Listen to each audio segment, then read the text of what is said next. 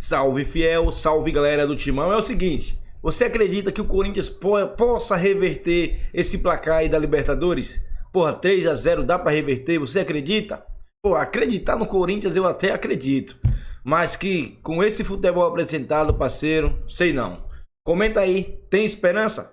Comenta e representa com o like aí, fiel, e vamos ver aqui as últimas notícias do Corinthians. Será que Ramon fica até a próxima quarta-feira? Será? Comente aí.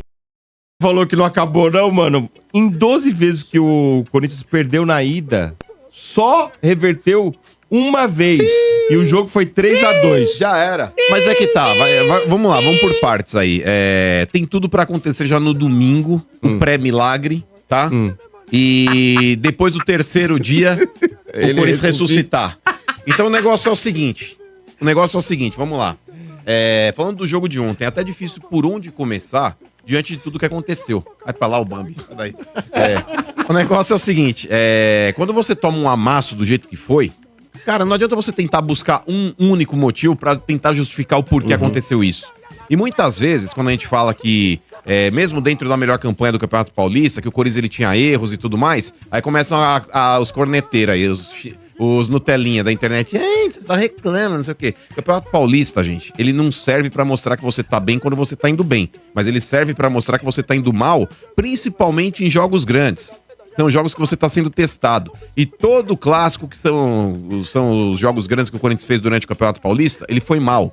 E eu digo, ele foi mal, não é só em termos aí de qualidade técnica apresentada, em termos de postura. Ele foi engolido em termos de postura contra o São Paulo, toda a segunda bola era do São Paulo, o Palmeiras ele varreu o Corinthians no primeiro tempo, o Corinthians conseguiu um empate num lance ali isolado, que o Memphis rouba uma bola, toca no Yuri Alberto e ele finaliza bem, mas o Corinthians não jogou bosta nenhuma naquele jogo, e contra o Santos foi a mesma coisa. Os 15 primeiros minutos aí só deu Santos, o Corinthians melhora, começa a jogar muito no decorrer do primeiro tempo, e no segundo tempo, cara, de novo, tocando a bola naquele banho-maria, o Santos veio pra cima, começou a gostar do jogo e quase empata. Então o bagulho é o seguinte, cara, na boa, tá faltando alma pra essa porra desse time. Eu não sei o que aconteceu no decorrer aí do tempo de 2024 pra 2025, voltou mas normal, hoje... Mano. Na questão de voltar ao normal, Marcão, o Corinthians no ano passado, ele termina o ano jogando muita bola. E ninguém ganha 9 partidas consecutivas no Campeonato Brasileiro por acaso. O Corinthians jogando muito, Memphis jogando muito, Garro jogando muito e Yuri Alberto jogando muito. Essas são as 3 referências técnicas do Corinthians. E esse ano, esses caras, eles vivem de lampejos. É lance isolado. E aí, quando a gente critica um ou outro, aí vem a torcida. Tá vendo? Fala agora. Porque o Yuri Alberto marcou gol no Mirassol. No fantástico Mirassol United. Aí o Memphis, de vez em quando, dá um driblezinho aqui ou ali, faz um gol. Tá, vai falar do Memphis aí que ele não tá jogando muito. Tá jogando muito porra nenhuma. Porra nenhuma. Um cara que tá ganhando 4 milhões por mês, 4 pau por mês, nossa, é um cara que tem que fazer chover todo jogo. O Memphis, ele tá entrando a 40 por hora todo jogo. É um cara que não tá jogando porra nenhuma, tem que ser cobrado sim internamente. Porque a torcida fica muito iludida com esse lance, porque é um cara carismático, óbvio que é. O Memphis é um cara gente boa, o Memphis é um cara que ele gosta de estar na periferia, gosta de estar com o povão, tudo isso é louvável. Levou a camisa do Corinthians aí também pro país da África que ele foi, eu não lembro qual foi, mas distribuiu a camisa do Corinthians pra todo mundo lá, legal, cara, top. Mas dentro de campo precisa corresponder. Ele foi contratado pra fazer chover dentro de campo, pro Corinthians ter um ganho técnico dentro de campo. O Garro é outro.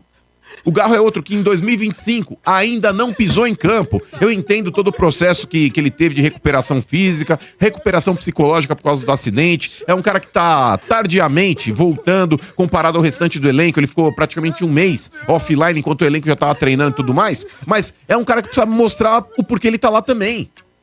Pintou a proposta do Zenit, não sei se mexeu com a cabeça dele, mas é um cara que também não tá jogando. Aí vai falar, mano, mas o futebol é coletivo. Óbvio que é, óbvio que é. Mas esses 3, que são as referências técnicas do time, Garro, Memphis e Yuri, são esses caras que vão incendiar o time. São esses caras que vão contaminar o restante, vão fazer o restante ficar melhor. Eles vão melhorar o entorno. São esses caras que vão fazer o Corinthians produzir. Foram esses caras que tiraram o Corinthians da zona de rebaixamento ano passado e colocaram o Corinthians na pré-Libertadores. E nenhum dos 3 está jogando absolutamente nada do que se espera. Absolutamente nada. E eu não vou ficar julgando aqui lampejo de jogador. Ah, mas o Memphis ele deu um elástico contra o Palmeiras que passou embaixo das pernas do Mike. Ótimo, mas foi um lance. Pega os outros lances do Memphis. O Memphis ontem, ele também perdeu um gol, de novo, cara a cara. Como ele perdeu outro contra o Mirassol, 2 contra o Mirassol. Mas aí, você fala do Memphis, a Fiel eu tô de mamilo aceso porque o Memphis tá no Corinthians. Não pode falar do Memphis, tem que falar sim. É um time sem alma. É um time que não lembra em nada o Corinthians brigador que eu já vi em outros anos com o elenco menos qualificado. Eu não sei o que aconteceu, inclusive o Ramon Dias também. É um outro cara que durante muito tempo eu falei, tem que dar um voto de confiança. O cara classificou o time do Corinthians aí, pegando um trabalho já em andamento, recebeu alguns reforços, conseguiu encaixar o time do Corinthians jogou bem. Eu achava injusta a troca do Ramon Dias no final do ano. Pelo que ele apresentou junto com o elenco, eu falei, dá um voto de confiança e põe o cara pra tentar começar o trabalho já desde o começo, fazendo uma pré-temporada. É um cara que já conhece o elenco, legal. Mas não tá mostrando bosta nenhuma também, não tem convicção no que ele faz. Porque o grande técnico, mano, não é aquele técnico que tá ganhando e quer ficar aparecendo na mídia, do lado do filho, dando entrevista pra todo mundo. O grande técnico é aquele cara que quando o carro tá indo na direção do muro, ele puxa o volante. Ele sabe o que ele vai fazer, ele arruma a casa. E a impressão que eu tenho é que o Ramon Dias não consegue tirar mais nada desse time. É um time sem alma, é um técnico que não consegue tirar mais nada desse time. E vou falar mais também. A porra da preparação física. O preparo físico do time do Corinthians é uma bosta. O time do Corinthians morre no segundo tempo. Time morto. Time morto. O time do Corinthians parece aquele time de idoso, velho.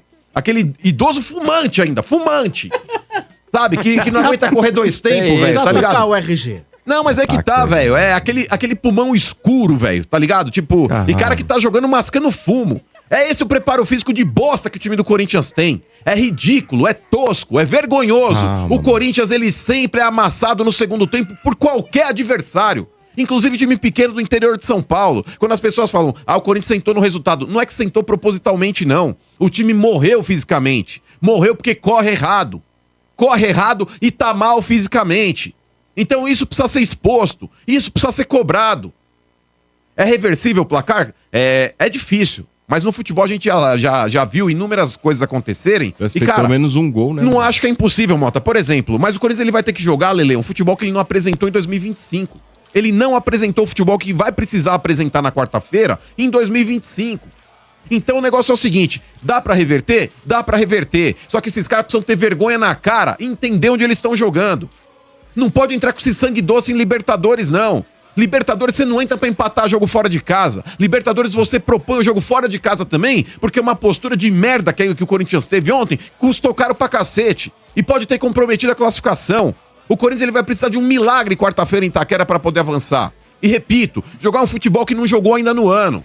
Então vocês, jogadores, tomem vergonha na cara. Vocês estão vestindo a camisa de um dos maiores clubes aqui do Brasil e do continente. Vocês não estão jogando no amiguinhos de não sei quem, não. Vocês não estão jogando futebol aí na praia, não. Tenham decência e vergonha na cara e honrem a camisa que vocês estão vestindo. Eu tenho certeza que a torcida do Corinthians, ela vai cobrar sim, Mota, porque precisa cobrar, mas é uma torcida que não abandona, mano. É uma torcida que domingo contra o Santos vai encher na Neoquímica Arena, como vai encher na quarta-feira, e durante os 90 minutos, nos 2 jogos, vai apoiar, mano, e tem que apoiar. Você acha que vai lotar? Vai. Na quarta, mesmo numa hipotética eliminação pro Santos? Vai, Sombra. Sabe por que vai? É o famoso marketing do drama. E o corintiano, ele gosta desse tipo de coisa quando ele sente um comprometimento do time. E eu acho, sinceramente, que depois da chapuletada que tomou, eu acho que dificilmente vai perder pro Santos, tá? Agora, sem clubismo, aí eu acho que os caras viram que a água bateu na bunda e o jogador também não é otário. O jogador sabe onde ele tá e a pressão que é. Ele sabe que contra o Santos os caras vão ter que fazer da tripa coração pra falar, opa, meu irmão, se a gente perder pro Santos aqui, já chega praticamente eliminado quarta-feira, ninguém sai dessa porra desse estádio. Vão sair daqui 4 horas da manhã. Então o negócio é o seguinte, o jogador é aquele cara que de vez em quando ele gosta de dar um migué aqui ou ali, mas a hora que a água bate na bunda, o cara tá ligado onde ele tá. Vão chegar lá em todo mundo e falar, bacana, a pressão começou alta já, né, mano, Lelê? Até a pressão. A Fiel lançou até uma nota falando assim da postura dos jogadores, Fiel, né?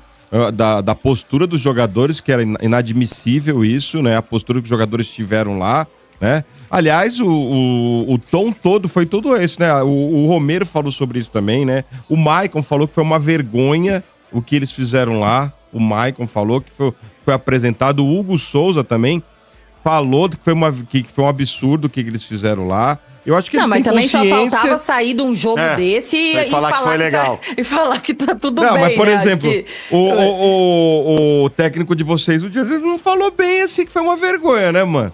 Ele falou o seguinte... aliás, já vamos falar sobre isso. Não vamos perder a esperança, estamos crescendo... E citou, desse jeito? Tá crescendo? Tá crescendo, que tá no momento que tá crescendo, o time tá crescendo. E a torcida. E ele fala o seguinte, ainda jogou na cara da torcida, que a torcida no final do ano passado tava pedindo aí, por favor, e chorando, pra que não caísse, né?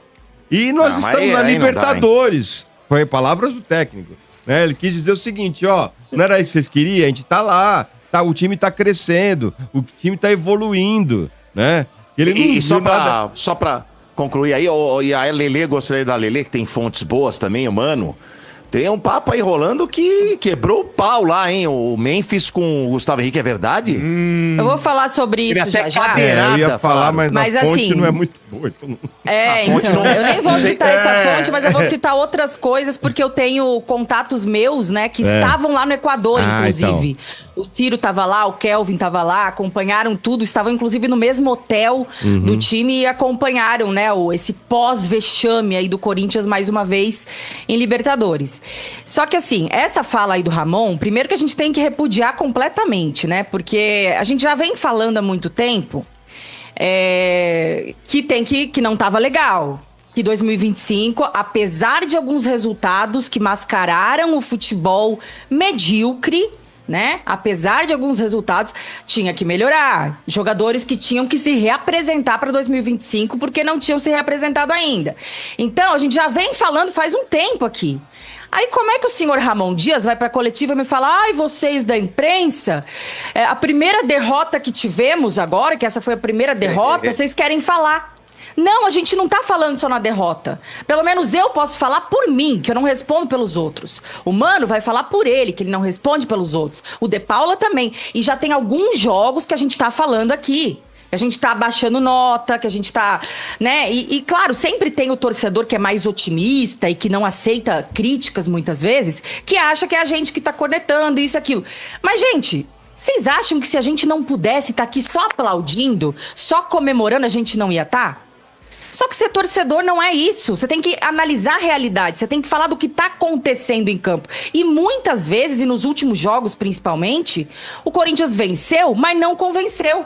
Porque não é porque você ganha que você fez um bom trabalho, muitas vezes, né? E inclusive considerando os adversários que você enfrentou.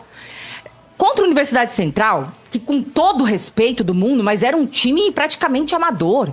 A gente falou aqui, se jogar essa bolinha que jogou contra esse time que é ruim, contra o Barcelona de Guayaquil, já era. Porque a gente sabe que o Barcelona de Guayaquil é um time de muito mais qualidade. Mesmo se o Corinthians tivesse jogado bola, tá? Mesmo se o Corinthians tivesse feito um bom... né, tivesse fazendo o trabalho de casa. Já seria um jogo difícil. Já seria um jogo difícil. Porque o time dos caras não é bobo. O time dos caras é bem armado. É um time com jogadores rápidos, intensos.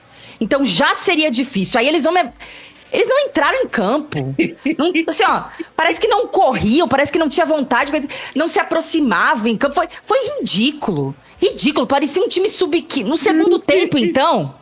Porque assim, né, Quintino? No primeiro tempo, o Corinthians ainda conseguiu meio que dar uma segurada ali, porque esse time do Barcelona é um time de característica mais reativa. Eles costumam deixar a bola com os adversários para tentar explorar o erro na velocidade. Eles jogam muito com os pontas. Os pontas são muito rápidos, os laterais são muito rápidos. Perfeito. Então, quando eles têm a bola no pé que eles precisam criar, eles não vão tão bem. E esse teve que ser o jogo deles no primeiro tempo, porque o Corinthians nem conseguia ficar com a bola. Então eles que tinham que assumir e propor o jogo. E aí o Corinthians até conseguiu se segurar por conta disso. Até que surge o pênalti ali do Tchoca, que mais um jogo, a gente já elogiou muito o Tchoca no início do Paulistão, mas mais um jogo que ele vai mal também e faz um pênalti, na minha opinião, completamente infantil. E aí, depois que eles conseguem abrir o placar com o pênalti, no segundo tempo, o Corinthians teve que buscar jogo, teve que se expor mais, e era tudo que eles queriam, porque esse é o ponto forte deles, né? É jogar no contra-ataque. E aí... quando isso aconteceu no segundo tempo, parecia um sub-15 contra o time adulto. Vocês viram a jogada do segundo gol, gente? Nossa, golaço. O segundo gol foi brincadeira de praia, cara. Coisa mais absurda, me deu vergonha. Se vocês olharem aí a gente na transmissão, eu não consegui nem ver a finalização da jogada, porque eu já tava tão desesperada quando começou ali pelo lado esquerdo, o Hugo não conseguindo acompanhar, não conseguindo correr, e termina depois o Maicon tentando dar aquele bote errado de FIFA. Pular de bunda! Pelo amor de Deus, gente. Assim, ridículo. Pra completar ainda nesse gol, Lelê, é o lance do André Ramalho, que o cara faz o gol de cabeça em cima dele de novo. O André Ramalho foi o que menos falhou, mas falhou também, né? E podia ter sido mais, mano. Vamos ser sinceros aqui. Teve ainda um gol impedido. E foi assim, por milésimo, hein? Por milésimo, que o Coroço, inclusive, tava à frente. Tá no YouTube, o semblante da Letícia. Eu não consegui terminar de ver a jogada, cara. Eu já tava desesperada quando o cara passou pelo Hugo, que o Hugo foi caminhando pro lance. Mas isso agora, Lelê, você não respondeu. As suas fontes falaram o quê lá do negócio da Não, teve então, briga, assim, não teve? Vou falar agora sobre isso. Cadeirada lá, Pablo Marçal? Ah lá, da Atena. Estão falando que o cara é o da Atena, agora o Memphis da Atena. Primeiro, sobre isso que o Domênico tá falando aí, que é Gustavo Henrique e Memphis, que eles teriam brigado até chegar das vias de fato, lá do vestiário depois.